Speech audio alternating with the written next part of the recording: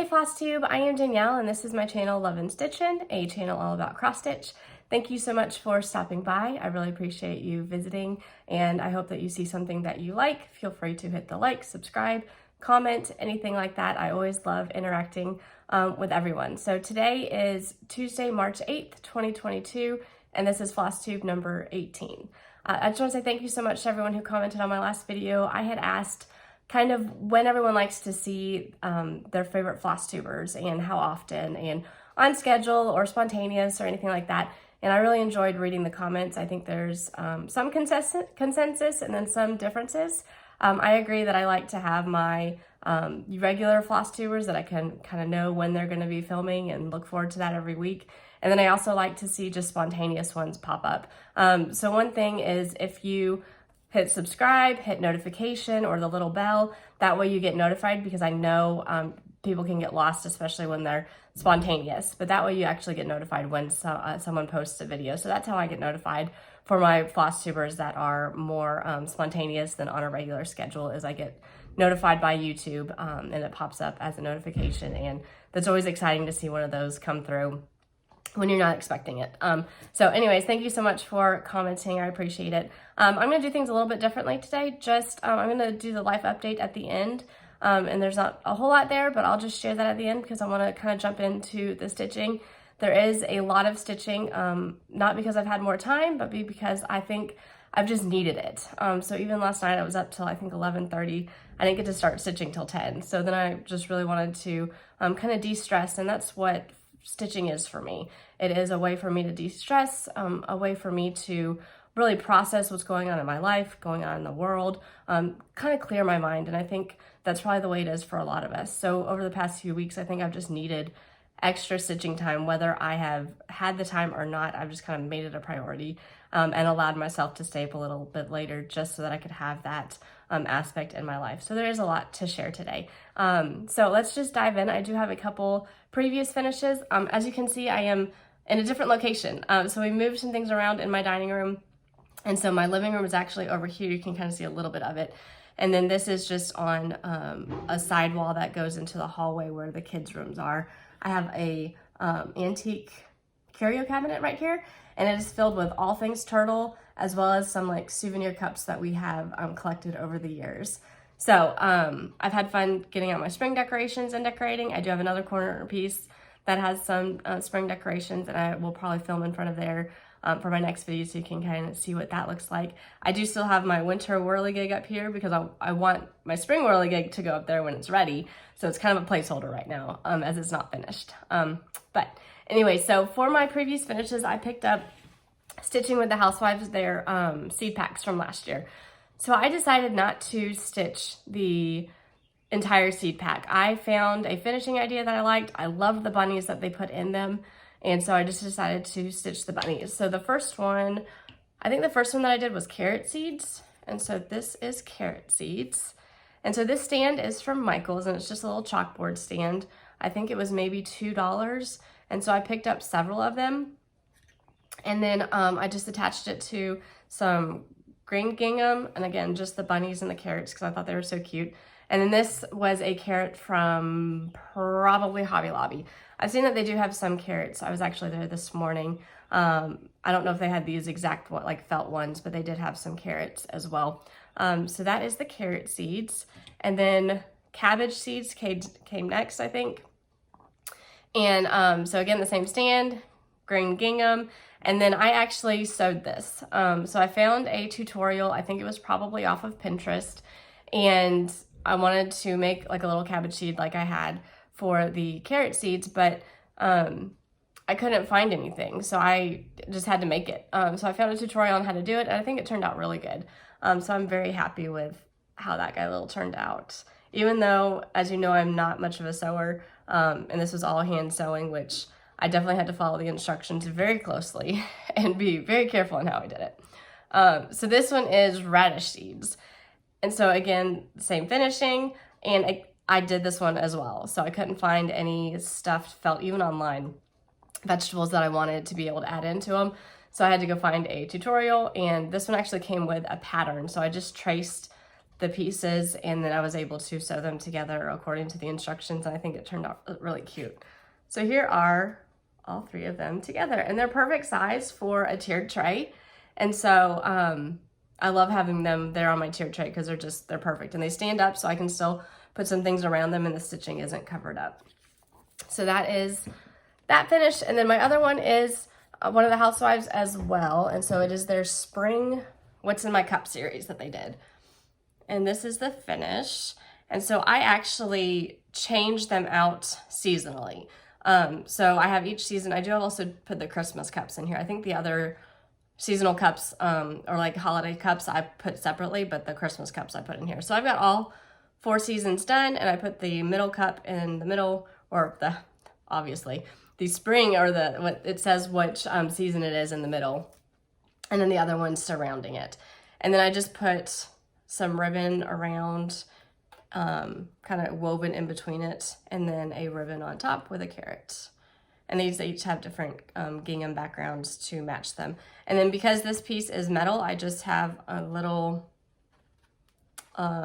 magnets. And so they just stick on there in place. And so this goes into one of my other corner pieces. And it's a lot of fun to switch them out seasonally and just have them there. And that's kind of what I'm trying to do with this piece. So right now I've got all my monthly pieces, which if I don't know what month it is, I just have to look at my hutch because it has all the monthly pieces. And these ones easily switch out. And then I want this little tiered tray to just kind of be seasonal as well, where I switch it out. And then that piece switches out seasonally. So these ones are monthly and then seasonally. And then I've got my spring, Buffalo Spring plaid up here, and then the Whirligig. And so I want to be able to just kind of make it easy to change out, and then adding in little filler pieces as well. So just not having to change out the big pieces essentially. So that's kind of what I'm trying to do. And I have a little bit of that in my other corner piece that I do as well. So those are previous finishes. I do have quite a few fully finished objects, a couple finishes, and then about 4 whips, I think, to share next. I don't have any haul. I'm doing really well on not buying haul except for Market. So for my birthday, which was last month, I did get a very generous gift card from a family member. And so I went onto Etsy and kind of had a little bit of a splurge using the gift card. But I see that as a gift, not so much me buying haul. So I feel like I'm still doing pretty good, even though I do have some Market pieces coming in, which I'm sure those will be coming in the next few weeks. So I'll probably have some of those. It was a lot of fun. I'm sure everyone has been following on Instagram or Facebook, just being able to follow everyone that has been at Market, see all the new releases. It looks like it was a really great time. It was actually, you know, just like a couple hours for me. So I was like, maybe I should just drive in my car, casually show up, and just be there. But you know, that's not a thing. But it's just really cool that it happened so close to me. Okay, so the first fully finished object that I'll show you guys is my March calendar crate. And so this is March calendar crate. I'm sure you guys are all very familiar with it. I'm waiting on May now, which I guess we'll get here with the Market releases, and I'll start May. So I'm skipping April for right now, just because I've got a lot of other spring things going on. And then I will pick it up probably in January, maybe, to give me enough time to get it done. I'll try to do February before that. So that February and April, I don't know about June. We'll see what June looks like and if I have enough time to squeeze it in there. And then November, I want to stitch. I'm still debating on October, but everything else, all the other ones I've done. So, all right, I had an alarm go off. I tried to turn everything off on my phone and I completely forgot that I had an alarm set for this afternoon. So anyway, sorry about that. So for the Housewives calendar crates, there's only like 4 besides May and June now that I haven't done. So hopefully I'm going to be able to get at least one of those done to where I can have over half of the series done and then kind of working on the rest of them next year. That's my plan at least. So here's my finish, and it's not 100%. There's still one part that I still have to finish. But this is what it looks like right now. So the part you can probably pick out that I need to fix is this little guy up here, because a red heart or red star and green heart do not match all of this. So I haven't figured out what I'm going to put up here to cover up. I'm still kind of looking at that. But this is the little wreath that I have for the small piece. And I just put, I think this fabric is from Joann's, I want to say, on the back. And I wanted it to be different fabric than the fabric that is for the main piece. And I'll get this one a little bit closer. As a reminder, if you are visiting me for the first time or a recent visitor and haven't seen this finish, it's very similar to what Priscilla and Chelsea did, but I did get this unfinished wood piece from Michaels, and I had a coupon, so I got it at like 40% off, I think, and that made it relatively inexpensive. And then my husband put the knobs on, or hangers on, and then he also attached with a not a wire, a hose clamp. He attached a mason jar that I already had, because who doesn't have mason jars? And so then I just put the backer on it for the black and white check, and that stays permanently on. And then this piece comes off with its backer, and then I switch it out seasonally. So that just makes it easier and helps me save on fabric as well. So for the mason jar, these tulips actually came from Target Dollar Spot. I was there today and they didn't have any, so I don't know if they still have some elsewhere, but they were $3 for just a little bunch. So I did 2 bunches and then just a pink bow with a little tulip. And I got these at Hobby Lobby today, actually. And they were in, I want to say they were in the paper crafts area for buttons. So let's talk about this piece, because there's a little bit to talk about here. Whoops, the wreath just fell. So if you're familiar with this piece, you can probably tell there are some changes. So when I was stitching this, I started, number one, the first mistake was I started in the middle, but not horizontally in the middle. So I started too high. Thankfully, it worked out that I still had like an inch up here to finish. So it was okay, because I'd cut enough, but there was like 3 inches down here and an inch up here. It was very off-centered. But then down here on the crate, once I had already stitched pretty much the entire crate, and I was coming in here to add these in, I realized that I was 2 stitches off on my crate, and I think it was over on this side, maybe this side, that I was off. And so I should have come over 2 stitches and gone down. So therefore, this little flower here is supposed to be the same size as this one. But if I had done that, I mean, there would have been nothing in between them, because there just wasn't room. So I decided just to take one of the smaller ones that they had up here and put it, this one, the one in the truck, I think, actually. So I kept the stem, there is some alteration there, and then just put one of these guys down here and put them, so they're not the same size, but I still think it looks cute. And then over here, there were supposed to be 2 that were the same size, and I think they were supposed to be maybe this size. So I essentially just like switched them, I guess, and only did 1 here, because there just wasn't, again, enough room to do the 2. It would have been coming over here too much. So I always talk about how their patterns are very forgiving, which even with this mistake, it still is. Because there was only 1 stitch in between everything, and I was off 2 stitches, I couldn't fit it in, so I had to alter it. And thankfully, like I said, it worked out. So when I came up here, because, you know, I stitched these where they're supposed to be. So when I came up here, these all had to be closer together. So what I did is I stitched kind of one at a time and stitched, I didn't fill these in until the very end. So I just kind of stitched the border of the flower and then came up into the leaves and the flower. So when I came here, instead of counting, like I took an extra stitch away. And so these parts here are closer together. That way, as I came in, everything would even up here, since these are so close together. So I still had to make some alterations all around and really had to think about it. So when I was stitching this, I knew that I was not going to rip everything out that I had done. I wasn't going to start over, but I really wasn't sure how I wanted to fix this. So I left this until I had made a decision. So I sat on it a good 3 or 4 days before I thought, what's going to look good? What can I do to fix this mistake to where it still looks okay? And that's what I came up with. So it just goes to show you that you don't always have to rip something out. It doesn't have to be perfect. It can be unique in your own way. So definitely make things the way that you want them to be, and don't worry about it being exactly to chart. That's just my public service announcement for today, based off of my experience with this piece. All right. So my next finish, I do have a couple, I've got 4 St. Patrick's Day finishes. And this is the first time I've ever stitched St. Patrick's Day minus like all of the monthly markers. So these monthly markers do have like some St. Patrick's Day in them, but I've never actually stitched specifically for St. Patrick's Day or for my tiered tray. So I was excited to get some of those pieces in. So the first one is the March 9 patch by Primrose Cottage Stitches.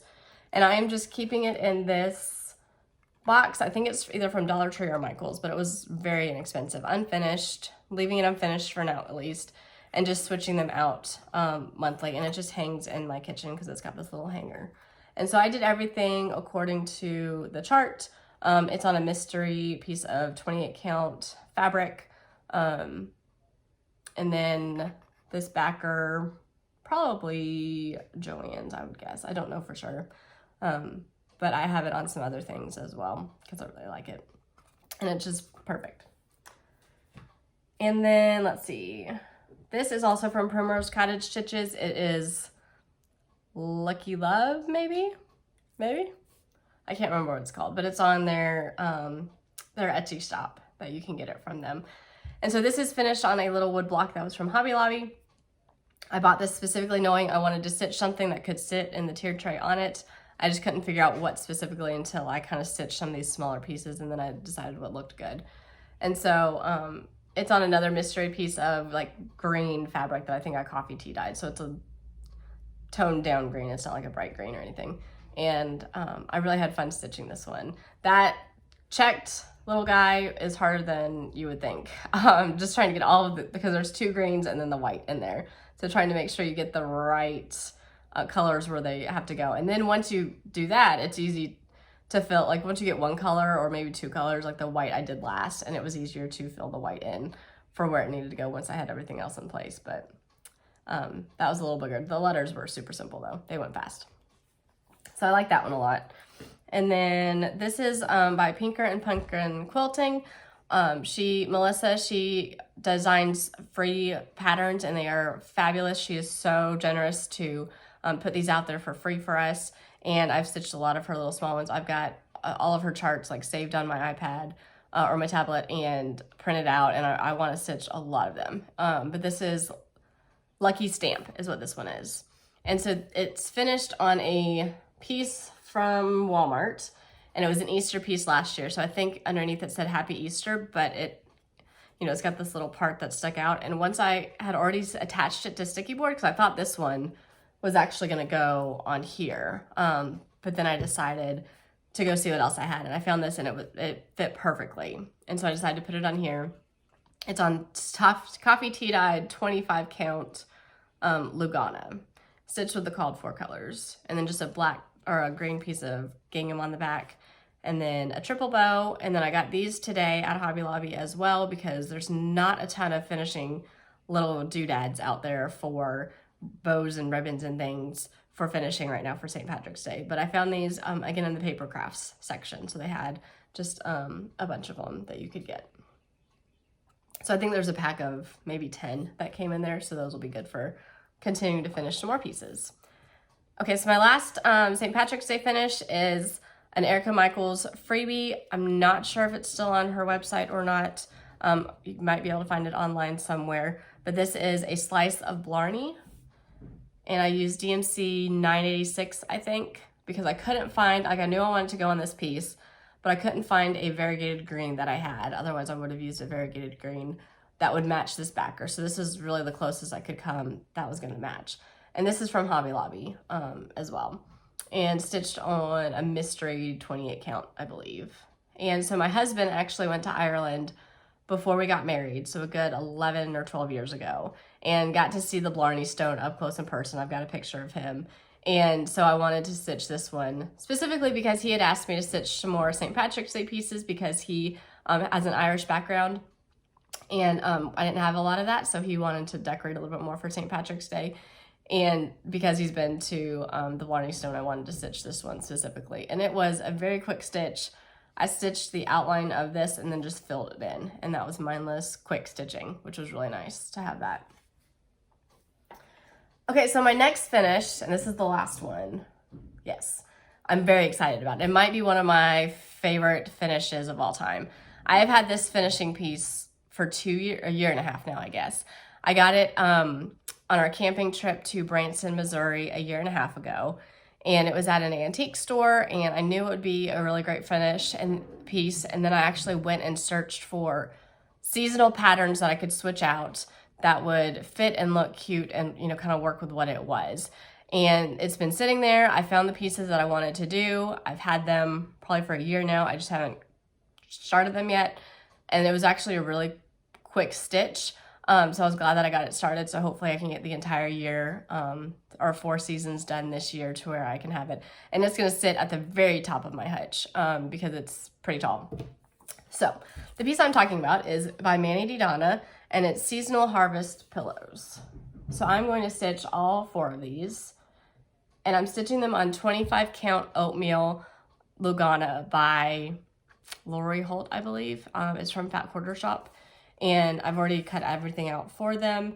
But I wanted them to be a little bit bigger because these are actually really small. They're, I don't know if it says the size on here, like what the count size is, but they're super small, like 30 inches, or 30 inches, that's not small, 30 stitches high and a little bit wider than that. So I started with the spring one.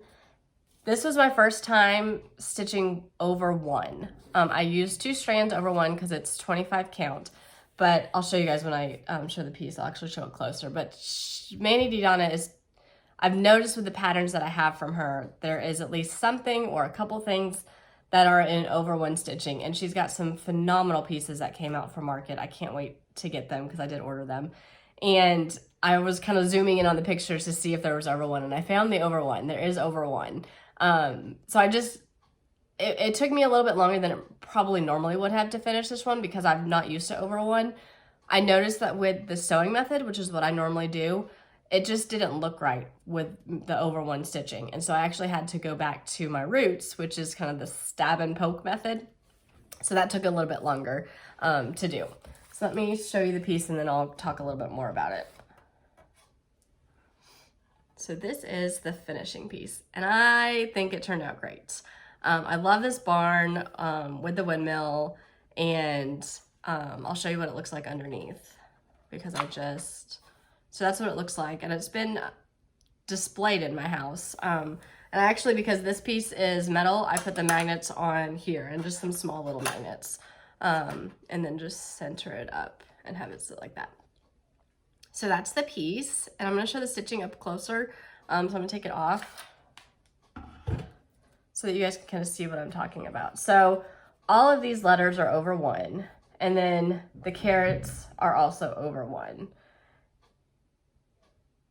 And that is a beast because I'm not used to it. So it took me a little bit longer to do each of these. I'm hoping that other patterns may go a little bit faster since I now have a better idea of what works for me, but we'll just have to see. And then the stems are straight stitches. So I used my own kind of color conversion based upon what I had and what I thought would go well because I didn't have all the colors. Some of them are the same, but not all of them.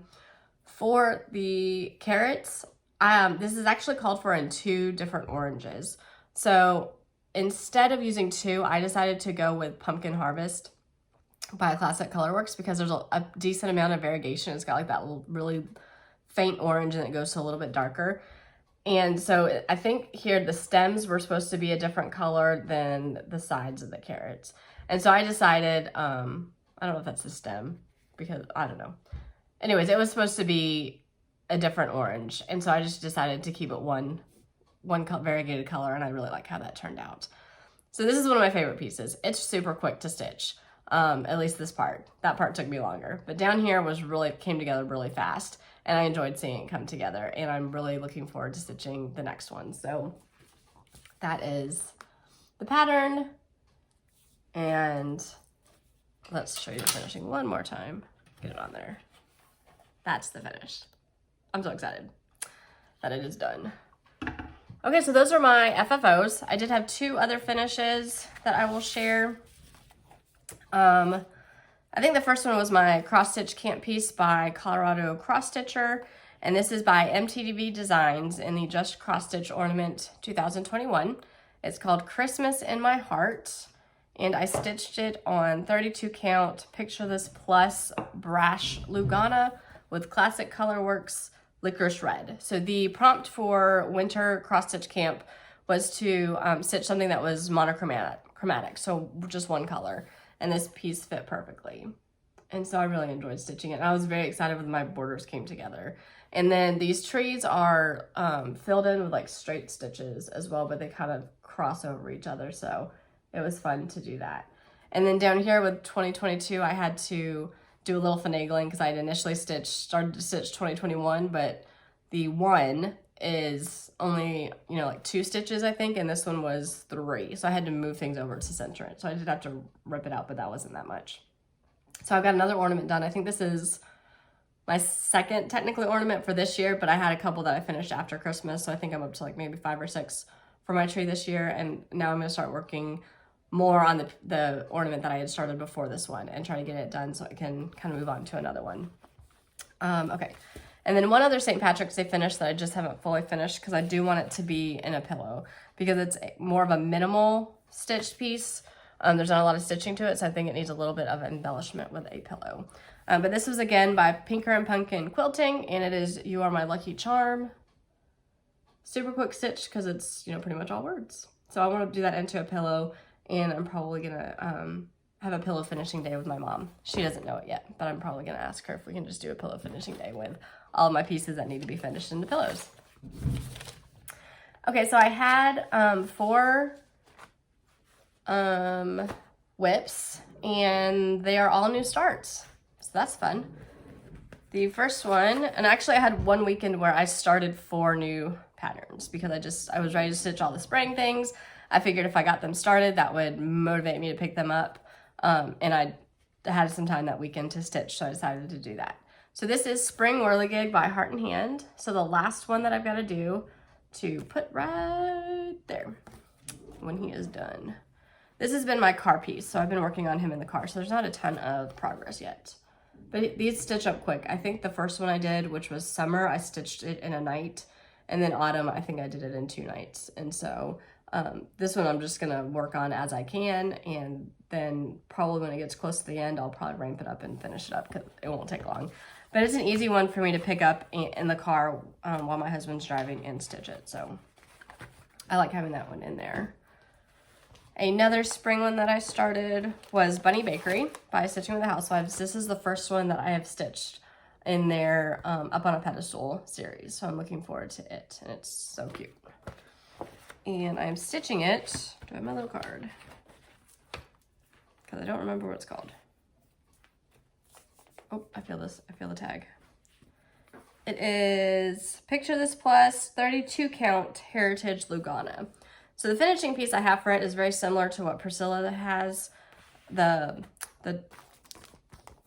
tin jar or whatever, and but it's smaller. And so I needed to stitch it on 32 count. I also didn't want to do black. I'm trying to not do everything on black because I have a lot on black, and sometimes my eyes just need a break. And so this I decided to do on 32 count because it'll fit. So far all I have is the pedestal, but the pedestal is done. So now I think it'll go a little bit quicker because I can fill in these parts that need to be filled in. And then the bowls will be quick fill-ins, like do the outside and then fill them in as I go. And then the cute little bunnies. So that's where we're at. So this will be a focus piece probably for the next few weeks to get some work in on it. And then I did start my Fall on the Farm, the 3rd one. And this is No Crows Allowed by Little House Needleworks. And I haven't gotten a ton of work done on it, but I don't think it'll take that long. It doesn't look like it's gonna take that long. And this is, let's try that way. That is where I'm at. So this will be the soil, I think, for the top ones, for the top corn. And so just the border right now, and then I'll just start filling it in. And I am loving this series. My goal will be to get it done before the next one arrives. And so I'm not in a huge rush because she hasn't released the next one. Once the next one releases, I know at that point I have like 10 days before it'll probably get in the mail. And so that gives me like a ramp up period. Okay, go ahead, get started. You gotta get going on it. And my last one, I need to pull up on my tablet. This was my birthday start, and it is Turtle Quaker by Owl Forest Embroidery. And so that, oh, sorry for the light. Sorry for the glare. That's the piece. My first ever Quaker pattern, and I am loving it so far. And my first turtle pattern. And turtles are my favorite. I think I have mentioned that before. There we go. And it is in a turtle bag that I actually made, and I've got like a little turtle charm. I do have turtle needle minders, so I need to go find those because I think they're on other projects. So I can put my turtle needle minder on here so it all goes together. This is stitched on 28 count Sage Lugana by Zwart. And this is the one that I stayed up way too late last night finishing because I wanted to get the top border done, and I did. So that is the top border. So this is how wide it will be, and now I'll start working on going down probably this side. I'll start working down here first and then over.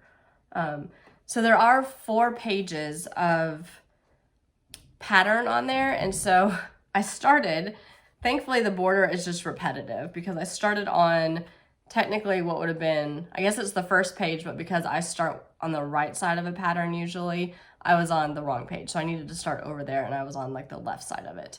And thankfully it wasn't a big deal. All I had to do was add these 2 little stitches at the bottom and it was fine. But I did have to figure that out. So I'm gonna have to be very aware of which page I'm on because I'm not used to stitching a pattern this big from a PDF copy of it. So that's it right now. And this I'm planning on being more of a long-term project than something that I'm gonna ramp up and try to get done because it is more of a piece that I'm just gonna have hanging up all the time, whenever I get it done, as opposed to like my seasonal pieces that I wanna try to get done within that season so I can have them displayed. So that's my plan with it. So that's actually all of the stitching. Like I said, I don't have any haul right now because I'm on a haul break and because like my monthly pieces haven't come in yet with market and everything, which is fine. So the subscriptions that I'm on. So once they come in, once market pieces come in, which are birthday presents, I'm considering them, then I'll have those. But so far I've still done well with not buying any haul.